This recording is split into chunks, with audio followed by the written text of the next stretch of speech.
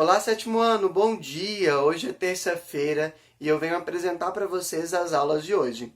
Como toda terça, hoje vocês terão nessa videoaula uma aula de matemática, uma aula de redação, uma aula de inglês, uma aula de educação física e uma aula de ciências. E as aulas ocorrerão nessa mesma ordem. A primeira aula de matemática, ministrada pelo Mr. Matheus. A segunda aula de redação, ministrada pela Miss Cristiane. A terceira aula de inglês, ministrada pelo Mr. Steffley. A quarta aula de educação física, ministrada pelo Mr. Igor. E, por fim, a última aula de ciências, ministrada pela Miss Val. Como sempre, estou deixando para vocês aqui na descrição do vídeo o momento exato que cada uma dessas aulas começam, além da agenda do dia. Pessoal, desde ontem nós estamos enviando para vocês a agenda. Passem essa agenda para a agenda de vocês, se organizem quanto às atividades de homework, ok? Pessoal, vale lembrar, né, a dica que nós sempre damos. A atividade do dia, façam no dia. Não deixem que suas atividades acumulem. E qualquer dúvida, nos procure, seja pelas nossas lives que acontecem ao longo da semana, seja pelas nossas redes sociais ou pelos números que nós já fornecemos para vocês lá nos grupos de WhatsApp. Ok? Pessoal, no mais, desejamos a todos então uma ótima terça-feira e até amanhã. Fiquem com Deus.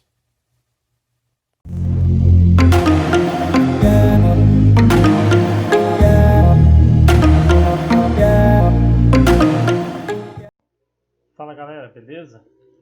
Bom, na aula de hoje a gente vai aprender um pouco sobre possibilidades. A gente vai entender como que a gente descobre quantas possibilidades a gente tem em um caso, tá? Então aí, ó, quem quiser acompanhar tá na página 80 do livro, tá? E aí começa assim, ó. Márcia e Bianca foram a uma loja de informática comprar um computador. Nessa loja haviam 3 opções de configurações de computador e 2 formas de pagamento. Então tá, ó. Então na loja a gente tinha 3 opções de computadores, né? Então, computador 1, computador 2 e o computador 3. Quantas possibilidades diferentes o casal tem para comprar o computador nesta loja? Então, cada computador tinha duas. Ele falou também que tinha duas. Cadê? 3 configurações de computador e 2 formas de pagamento. Então, cada computador tinha 2 formas de pagamento. Então, a gente vai por cá. Pagamento 1, pagamento 2. Pagamento 1 e pagamento 2. Pagamento 1, pagamento 2. Vamos supor que seja pagamento 1 seja à vista e pagamento 2 parcelado. Tá? Então ele poderia comprar o computador 1 à vista ou parcelado, o computador 2 à vista ou parcelado e o computador 3 à vista ou parcelado. Tá? Então era 3 computadores e 2 formas de pagamento. Tá ok? Bom, então quantas possibilidades diferentes o casal tem para comprar? Então ele tem, primeira possibilidade, computador 1, pagamento 1. Ou seja, comprar o computador 1 à vista, porque o pagamento 1 é à vista, né? Então essa daqui, ó, é uma possibilidade. Outra possibilidade, computador 1, pagamento 2. Ou seja, computador 1 parcelado. Então aqui a gente já tem 2 possibilidades. 3, computador 2, pagamento 1. Computador 2 à vista. 4, computador 2, parcelado.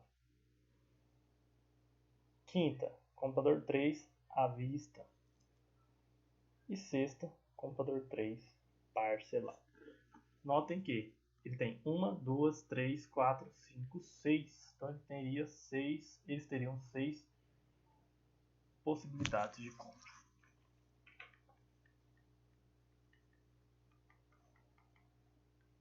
Entenderam, gente? É isso aí, ó. Possibilidades. Mas o que a gente fez? Pra gente não precisar ficar fazendo isso, o que a gente faria? Uma continha bem simples, ó. 3 computadores, não é? Cada um tem 2. 3 vezes 2. Já daria as 6 possibilidades. Correto? Se fosse 3 computadores e 4 formas de pagamento, seriam 3 vezes 4. 3 vezes 4 dá 12. Então ele teria 12 possibilidades de compra. Tá ok? Então não tem segredo. Tá? Então vamos fazer alguns exemplos. Ó, outro exemplo aí, ó. O time de vôlei da escola, onde a Amanda estuda, vai compor um uniforme. Para isso, o time deve escolher entre 4 opções de camiseta, 3 opções de bermuda e 2 opções de par de meias.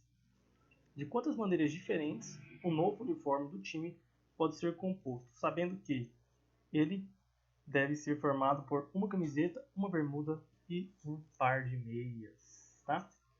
Então, ó, a gente tem camiseta, bermuda e meias, tá? Beleza. Quantas possibilidades de camiseta a gente tem? Vamos ver. 4, né? Bermudas, 3 e meias, 2. Não é isso? Se a gente fosse fazer na mão, igual a gente tava fazendo, ia ficar assim, ó. Camiseta 1 com bermuda 1 com meia 1. É uma possibilidade. Camiseta 1 com bermuda 1 e meia 2. É outra possibilidade. Depois, camiseta 1, bermuda 2, meia 1. A gente teria que fazer isso, gente, com todos. Todas as possibilidades possíveis. E ainda é perigoso a gente esquecer alguma.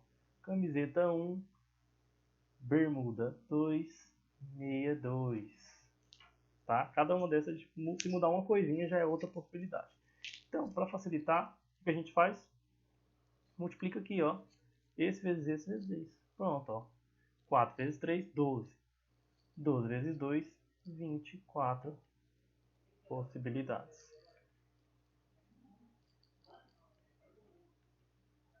Certo? Viu que não tem segredo? Então esse é o total de possibilidades. Só a gente pegar a quantidade de opções de cada item e multiplicar. Tá ok? Então não tem segredo. Então vou deixar para vocês a página 81 e 82. Ok? Então, página 81 e 82. Só fazerem e achar as possibilidades. Tá ok, gente? Então essa foi a nossa aula, espero que tenham gostado. E até a próxima aula. Se cuidem, tá? Valeu!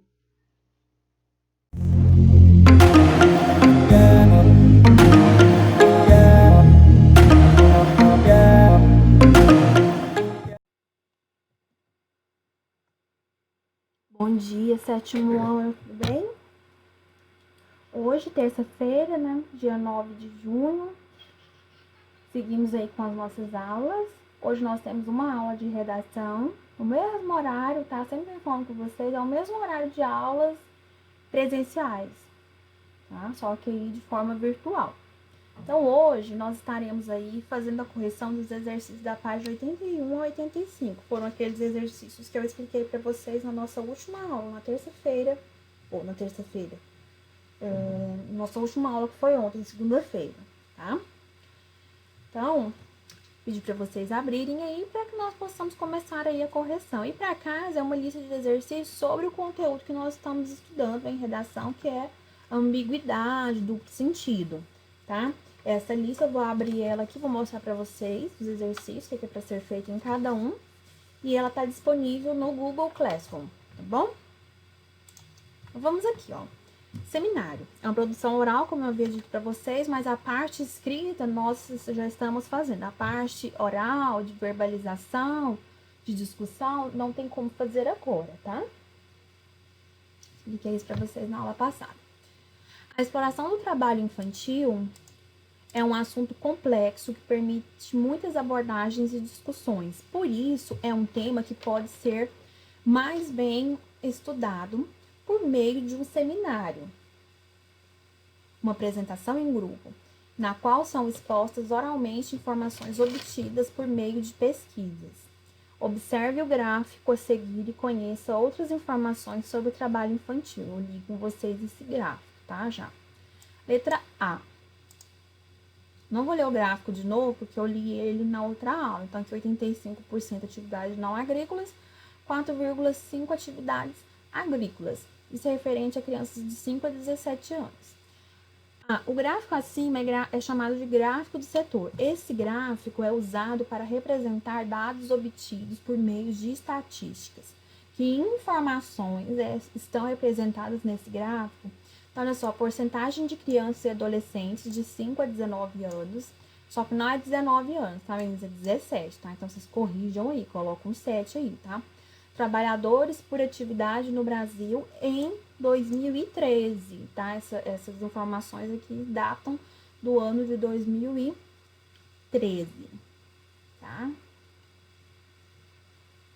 Seguindo aí.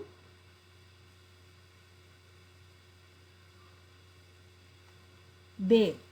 Em qual tipo de atividade há mais crianças e adolescentes trabalhando? Qual é a porcentagem? São em atividades agrícolas, em atividades não agrícolas, 85,5%. Em sua opinião, por que a concentração de trabalho infantil é maior nessa atividade? Por quê, meninos? Porque a quantidade de pessoas envolvidas em atividades não agrícolas, que são aquelas, né, diretamente ligadas ao universo urbano, é maior do que em atividades agrícolas, tá? D. Quais atividades apresentam menor exploração de trabalho infantil? Qual é a porcentagem? Então, é nas atividades não agrícolas, que correspondem aí a 14,5%. 2. No momento de leitura 1, o texto apresentou alguns tipos de trabalho infantil. Relacione cada um dos dois tipos à sua respectiva atividade mostrada no gráfico. Então, aí, meninos, nós temos a atividade agrícola, né? Nós temos aí a questão do trabalho na agricultura familiar e atividades não agrícolas que fazem conexão, que estão diretamente ligadas ao trabalho doméstico, trabalho infantil nas cidades e trabalho na exploração sexual. Aí, número 3, a última nossa aqui. Em qual das atividades apresentadas nesse gráfico se enquadra o trabalho infantil denunciado no momento de leitura 2? Nas atividades não agrícolas. Essa informação aí do momento de leitura 2 é aquela imagem que aparece uma criança passando roupa. Então, ela é uma atividade não agrícola, ela é um trabalho doméstico. Seguindo aqui a parte oral que nós não iremos fazer, tá?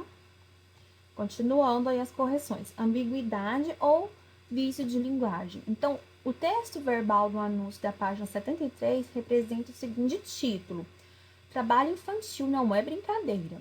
1. A expressão em destaque pode apresentar duplo sentido. Esse recurso de apresentar palavras com duas possibilidades de sentido comum em textos publicitários. Então, aí a pergunta que é feita é... Letra A. Quais são os dois significados da expressão em destaque? Então, é algo sério, preocupante, algo que não se trata de uma atividade lúdica, não tem nada de bonito, não tem nada de brincadeira aí, né? Letra B. Com que intenção essa expressão foi empregada?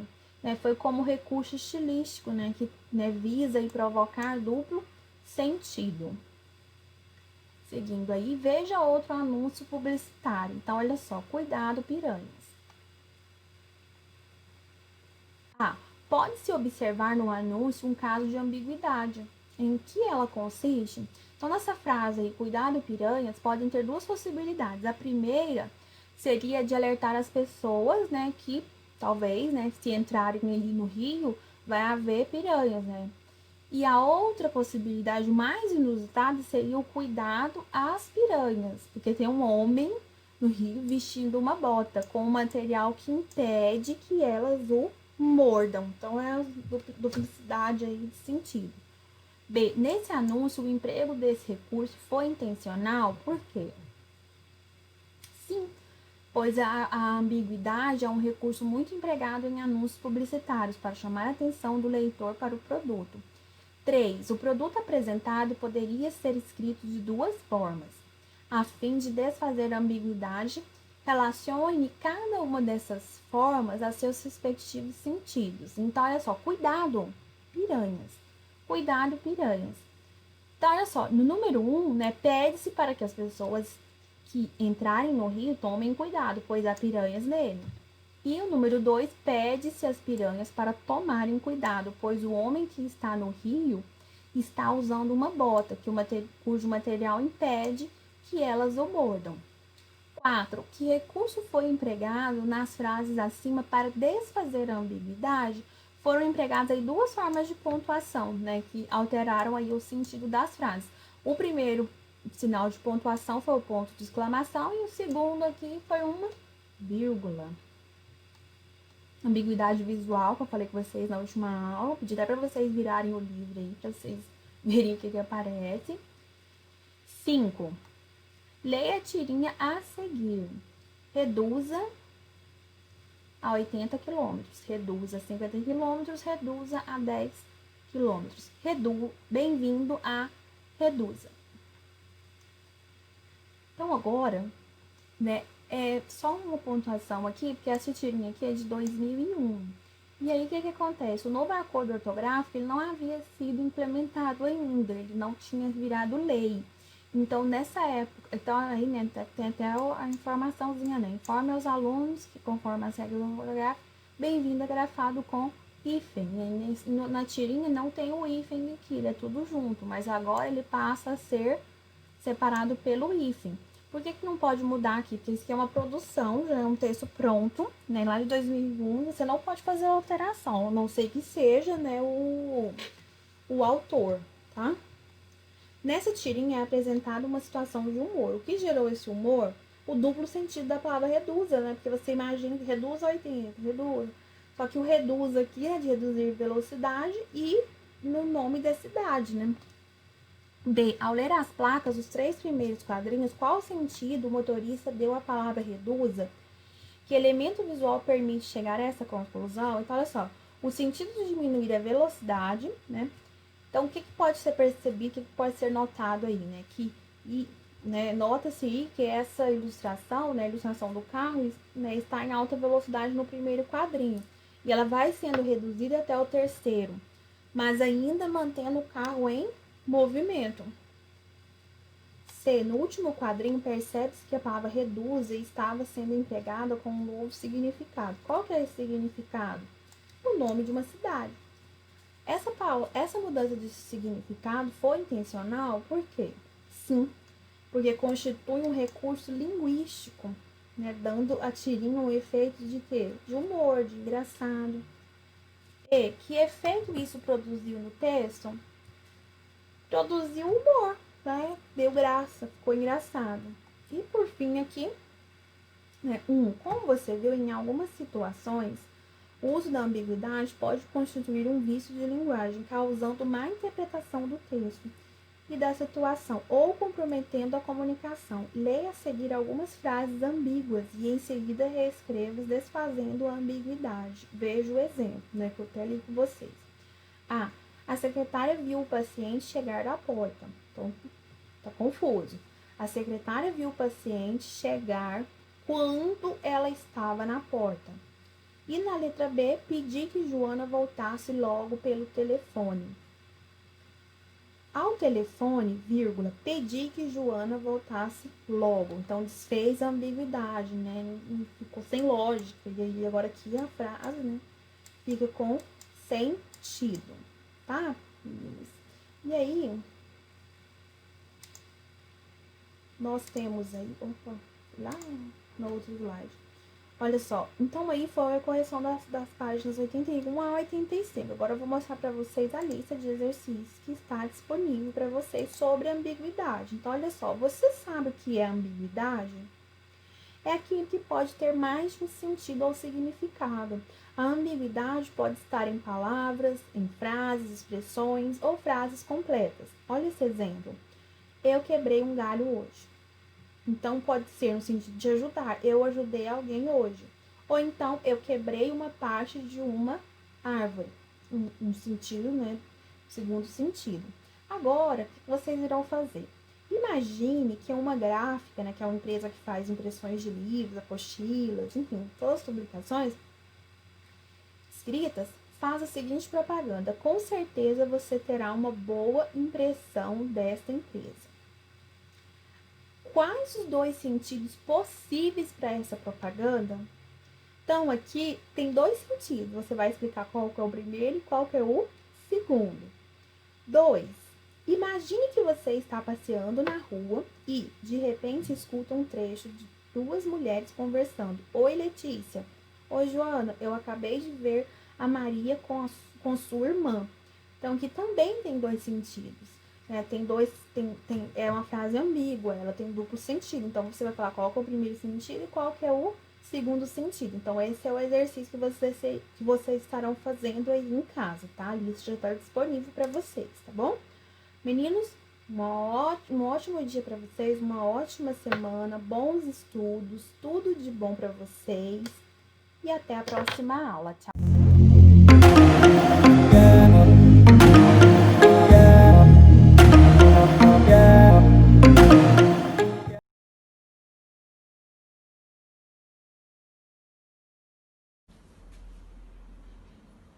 Hello 7th grade, how are you guys doing? Hope you guys are doing great. For today's class and today's video, we're gonna be working with the theme of crimes. Então galera, vai ser uma continuação do tema que nós começamos a trabalhar na aula passada, que foram os detectives, certo? Naquela aula passada eu pedi para vocês criarem um parágrafo com algumas palavras que eu mencionei ali na aula, certo? Então vocês poderiam escolher algumas dessas palavras ou continuar com o início que eu já tinha dado ali, né, para criar o parágrafo, ou vocês poderiam criar tudo do início. Beleza. Quando a gente trata do tema de detectives, geralmente aconteceu alguma coisa, algum crime, algum caso ali para ele solucionar. Solve the crime, solve, give the solution of the situation. Então, o detective ele vai vir para correr atrás de pistas e investigar até solucionar o problema, certo? Esse é o objetivo da nossa aula hoje. Eu trouxe para vocês alguns crimes em inglês, ok? A gente vai entender um pouquinho quais são esses crimes e o que cada um deles significam, e aí eu venho explicar a atividade para vocês. Lembrando que não vai ter atividade dessa aula lá no Google Classroom, vai ser somente essa atividade, mesmo esqueminha. Galera, vocês têm uma semana de prazo. Se essa atividade está indo na terça-feira, vocês têm até terça-feira da semana que vem para estar entregando, ok? Vamos lá então.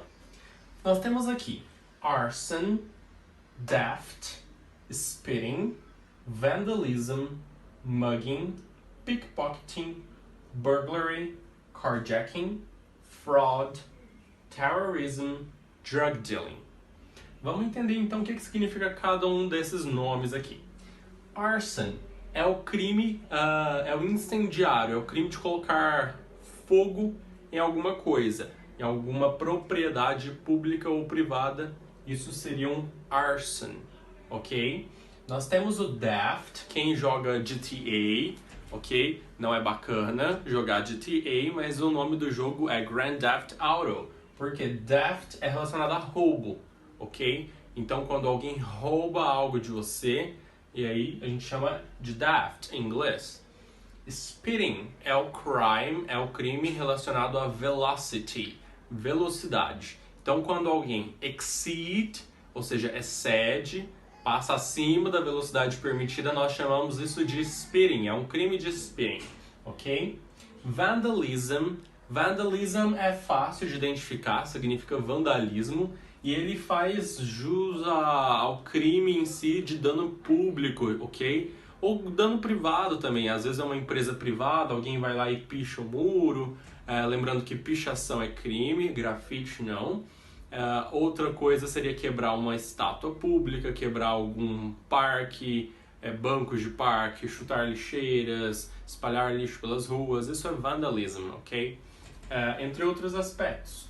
Mugging é o crime de roubo também, ok? Mugging é um roubo ali que pode ser furto, considerado furto, não roubo direto, ok?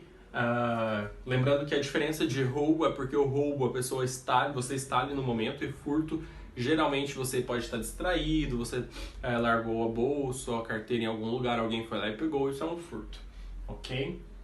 Pickpocketing, a gente chama no nome usual, dia a dia, de abatedor de carteira, ou seja, as pessoas que às vezes distraem ou veem que você está distraído e vão lá no seu bolso e pegam a sua wallet, o seu money, o seu cell phone, o que tiver no bolso. Isso se chama pickpocketing. Nada legal, né? Burglary. Burglary é todo crime de invasão de casa, ok? Quando o bandido entra na sua casa, não necessariamente ele está só robbing, ok? Robbing, mas ele também está doing burglary. Ele está cometendo ali, committing burglary. Carjacking. Carjacking é o ato de roubar carros, ok? Fraud. Vocês já devem ter ouvido a palavra fraud, é similar com o português, que é fraude. Isso acontece geralmente em companies, in the govern, então no governo, em empresas privadas, certo? Onde, por exemplo, tem um roubo, corruption, alguém pega muito dinheiro, alguém rouba dinheiro do governo ou vice-versa, ok? Isso é considerado fraud. Terrorism, terrorismo, certo? Também super similar com o português. Então, é o ato em si de não respeitar a religião do outro, não respeitar as diferenças. Eu usei a religião porque é o que mais acontece. A gente vê muito isso lá no Oriente Médio, aquelas brigas por territórios. Na verdade, às vezes não é nem somente religião, é justamente esse território. E aí um vai lá, invade o país do outro, e coloca uma mochila cheia de bombas, explode. Ou a gente viu casos de atropelamentos em massa, em cidades turísticas, entre outros aspectos, certo? Então são ataques terroristas. Quem lembra, quem já ouviu falar e quem lembra não, né? Vocês não estavam grandes nessa época, nem eu, na verdade. Mas a gente estuda bastante sobre as Twin Towers, Torres Gêmeas, que também foi um terrorist attack, um ataque terrorista. Drug dealing, por último. Drug dealing é o tráfico de drogas, certo? Então, esses são os crimes que eu trouxe para vocês. E esse é um papel de um detective, da polícia. Ele vai investigate, develop an investigation to solve, to bring solutions for the society, or for a family, or for a group of people. Então, o objetivo da homework de vocês vai ser o seguinte: make a drawing of 4 crimes from the list and give one punishment for each of the 4 crimes you chose. Então, vocês têm todos esses crimes. Quem quiser colocar a tradução deles bacana, é para copiar no caderno, ok? E aí vocês vão escolher 4 desses crimes. Vocês vão fazer um desenho sobre cada um deles no caderno mesmo, ok? Vocês vão fazer um desenho representando cada um desses crimes. E aí embaixo você vai dar um punishment que você acha justo para cada um desses crimes, ok? Então, digamos aqui que nós temos os 4 desenhos, certo? Então, cada um num crime diferente, crime diferente, crime diferente, crime diferente. Eu vou dar uma punição para cada um desses crimes. Vocês vão ser os judges agora, os juízes, certo? E aí vocês vão dar uma punição que vocês acham correta para cada um desses crimes. Se é só prisão, se é trabalho comunitário ou o que for, ok? Então vocês têm que dar esse punishment em inglês. É por isso que, perdão pelo barulho, galera, é por isso que se vocês quiserem utilizar o DeepL, vai ajudar muito, que ele é um tradutor muito bom, ou o Lingui, ok? Sorry for the noise, perdão pelo barulho. See you guys, bye bye!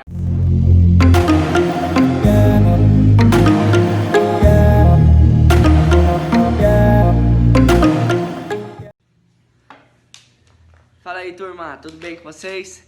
Tudo feliz aí? Tio Igor mais uma vez aqui na área para passar mais uma atividade para vocês. Eu espero que vocês estejam fazendo as atividades que eu estou propondo para vocês. Espero que vocês estejam se divertindo. Espero que vocês estejam fazendo com todo mundo aí da família. Hoje eu vim propor uma atividade um pouco diferente, mas bem interessante. Como vocês podem ver aqui, eu estou com uma bolinha na mão. O que a gente vai propor? Um jogo de basquete com 4 ou mais níveis.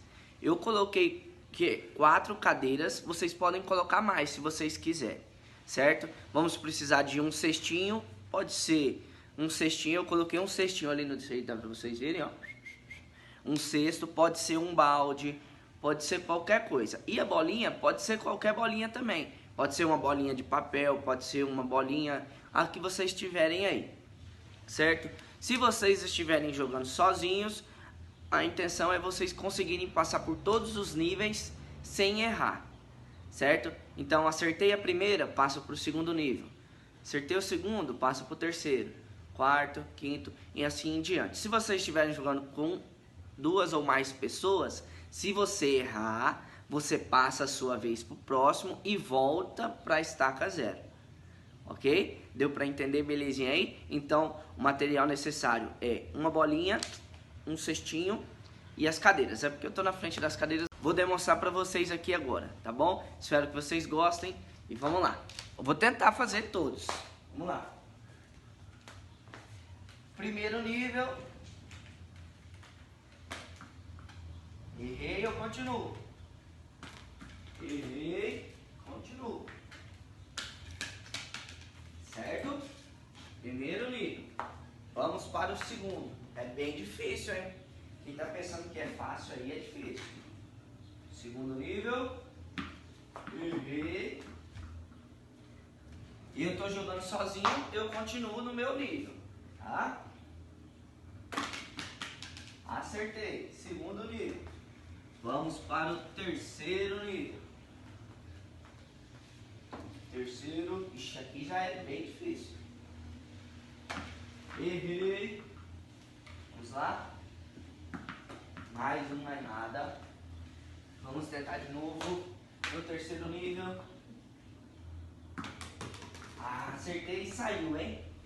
Então deu pra entender, né?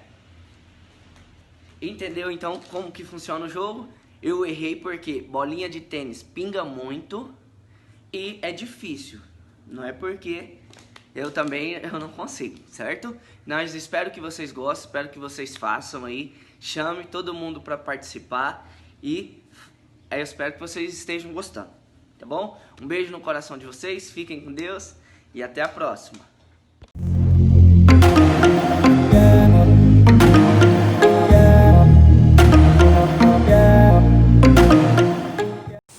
Olá, 7º ano. Olha só, nossa avaliação oral, né, vai ser sobre os vegetais. E aí, para revisar sobre as angiospermas, então vai ser briófita, pteridófita, gimnosperma e angiosperma. Né, eu venho colocando para vocês aulas sobre as angiospermas de forma bem separada, né? São as plantas que têm flores e frutos, tá? E os frutos têm a semente. Já dei uma aula alguns dias atrás sobre as flores, né? Que eles são os órgãos reprodutores das angiospermas. É neles que eu vou ter os gametas, né? Tanto masculino quanto feminino. E aí, nessas flores, né? Elas vão, ao ser fecundado, né? Que eles dependem lá do auxílio, né? Dos vegetais. Eles dependem do auxílio para a fecundação, do vento, da água, né? Ou de outros animais, para poder, né, dar origem ao fruto, que esses elementos que eu falei, né, a água, o vento, os outros animais, são os agentes que nós falamos de polinizadores. Pedi para vocês fazerem um esqueminha, dar uma flor assim e postar lá na plataforma, lá no Classroom, valendo nota, né? Então, tinha que desenhar a flor e colocar lá as partes, né, do gineceu, que aí eu tenho, né, o estilete, o estigma e o ovário, e dentro do ovário o óvulo.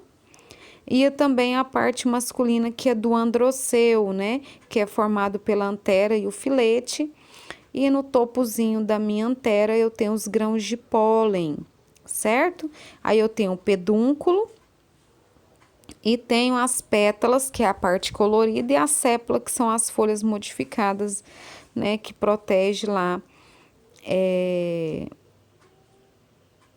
o ovário, né? as sépalas, né, juntamente com as pétalas, forma-se o cálice da flor. Falei das inflorescências, né? As inflorescências, elas são estruturas, né? São flores bem pequenininhas que apresentam, né?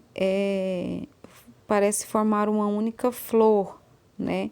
Então, quando eu olho aí essa florzinha, por exemplo, eu acredito que a flor é a maior, né? Porque tem a parte colorida em volta.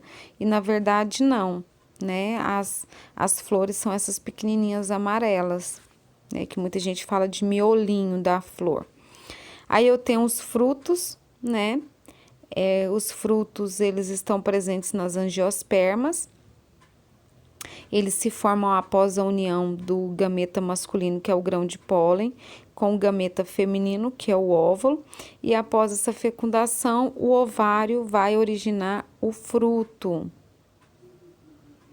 O óvulo dá origem à semente, o ovário ao fruto, tá, gente? Então, se eu perguntasse, né, o que forma o fruto ele é resultado do ovário que desenvolve. E a semente é do óvulo, ok? Qual que é a função da semente? Ela proteger o embrião. Então, ela protege, ela contém o embrião e protege até que aconteça a dispersão, tá?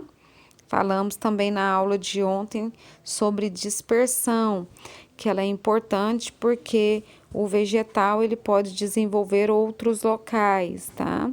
Nós temos os agentes dispersores que eu falei para vocês. O fruto, ele é um ovário da flor desenvolvido, né? Além do ovário, nós temos outras partes das flores que desenvolve também com a fecundação. No caso lá, da maçã, por exemplo, né?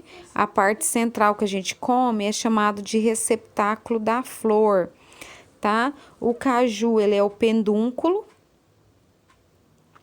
E a castanha dele lá, né? É a caretinha, como alguns dizem. A minha avó fala careta. Ela é o fruto. Que a gente come só a castanha de caju, né? A gente não come aquele lá, até porque se você morder, pode provocar queimaduras na sua boca. Aqui tem mais uns frutos. Aí eu mostrei pra vocês a estrutura do fruto, certo? Nossa, esse zoom tá dando trabalho hoje. Então, eu tenho um abacate ali. Eu tenho a parte comestível, que é a polpa desse fruto. A casca dele mais externa é chamada de epicarpo, certo? E aí, a polpa que a gente come é o mesocarpo, que é a parte comestível. E o endocarpo é aquela capinha lá que tá protegendo a semente, certo? As sementes nas angiospermas, ela origina-se do óvulo, após a união da osfera com o gameta masculino. E aí, essas substâncias, né, a semente possui substâncias que vão nutrir e proteger o embrião, até ele desenvolver e conseguir pegar os nutrientes do solo, certo? Falei para vocês do feijãozinho, né? Também. Nós vimos as plantas monocotiledônea e dicotiledônea. A principal diferença desses dois grupos são os cotilédones, certo? Presente na semente. A monocotiledônea, gente, ela apresenta apenas né? Uma parte. Não tem como eu partir a semente no meio e ele me dá 2 cotilédones. Já a dicotiledônea possui 2, tá? Tem outras diferenças, eles vão ter diferenças na raiz, nas folhas, tá? As monocotiledôneas, elas apresentam as nervuras paralelas na folha, que é aquela folha compridinha. E a raiz, geralmente, ela é radiculada, ela é fasciculada, tá? É uma raiz radicular fasciculada. Já as dicotiledôneas, né? A semente apresenta 2 cotilédones, 2 partes, como é no caso do feijão, certo? E ela apresenta uma nervura central, e aí elas têm raiz pivotante. Falei da reprodução sexuada e da reprodução assexuada. A reprodução sexuada, tá? É através das flores, com a fecundação, tá? O grão de pólen fecundando a osfera, lá o óvulo, através lá da polinização e depois vem a dispersão. Então, a polinização é o transporte dos grãos de pólen dos estames até o estigma, certo? Nas flores. A germinação da semente é quando o embrião, que está dentro no interior da semente, ele se encontra dormente ao, ter condições necessárias, ele começa a se desenvolver. E aí ele vai desenvolver, vai quebrar sua dormência, né? E aí ele dá a raiz de um caule e aí ele se desenvolve até virar uma planta adulta. Nós temos a fecundação. O que é a fecundação, certo? A fecundação é quando o grão de pólen chega até o óvulo, né? Que contém a osfera e fecunda, dando origem aí ao fruto, certo? E aí tem a formação do fruto e da semente após essa fecundação, né? Então, no interior do óvulo, né, uma célula vai ser chamada de zigoto e a partir do zigoto ocorre a formação do embrião. E aí eu vou ter a formação do endosperma, né, que vai desenvolver e aí aumenta de tamanho, certo? Então, o ovário, ele vai originar o fruto e o óvulo vai desenvolver a semente com o embrião dentro. A dispersão, o livro de vocês traz, eu gostaria que vocês destacassem essas partes aí, nessa página 66 e 67. E aí, essas sementes, quando elas amadurecem, né, elas são dispersos por animais que se alimentam e carregam para outro local, ou pelo vento, ou pela água. E a reprodução assexuada é aquela que eu não tenho a junção dos gametas, tá? Não tem a participação de gametas. Reprodução assexuada nas angiospermas não tem participação dos gametas. A reprodução ele vai acontecer por meio ou da raiz, ou do caule, ou das folhas, certo? Então, por exemplo, né, o moranguinho, ele apresenta uma estrutura chamada de estrolo. E aí, esse caule cresce, né? E a partir daí ele tem uns nozinhos, que são chamados de estróbulos. E aí ele pode acontecer, né, de ter o desenvolvimento de raiz, caule e folha, e aí origina o moranguinho. Já a batatinha, né, que é a batata inglesa, né, ela apresenta alguns brotos. E aí esses brotos, né, quando eu planto ela dá origem a um novo ser. Lembrando que a batata é um tipo de caule. Aí eu tenho como a folha da fortuna, né, que também é pela reprodução assexuada, né, e aí eu pego alguns brotos que formam-se nas margens da folha, e quando essa folha desprende do vegetal, esses brotos formam as raízes, ok? E aí nós falamos dos vegetais em nossa alimentação, tá? Que nós utilizamos, né? Esses vegetais de diversas formas aí. Nós temos na nossa alimentação raízes, caules, flores, frutos, certo? Como assim, professora? Flor em nossa alimentação? Sim, gente, a couve-flor e a alcachofra são flores, tá? Que a gente utiliza na nossa alimentação, ok? Beijos para vocês e até na próxima semana.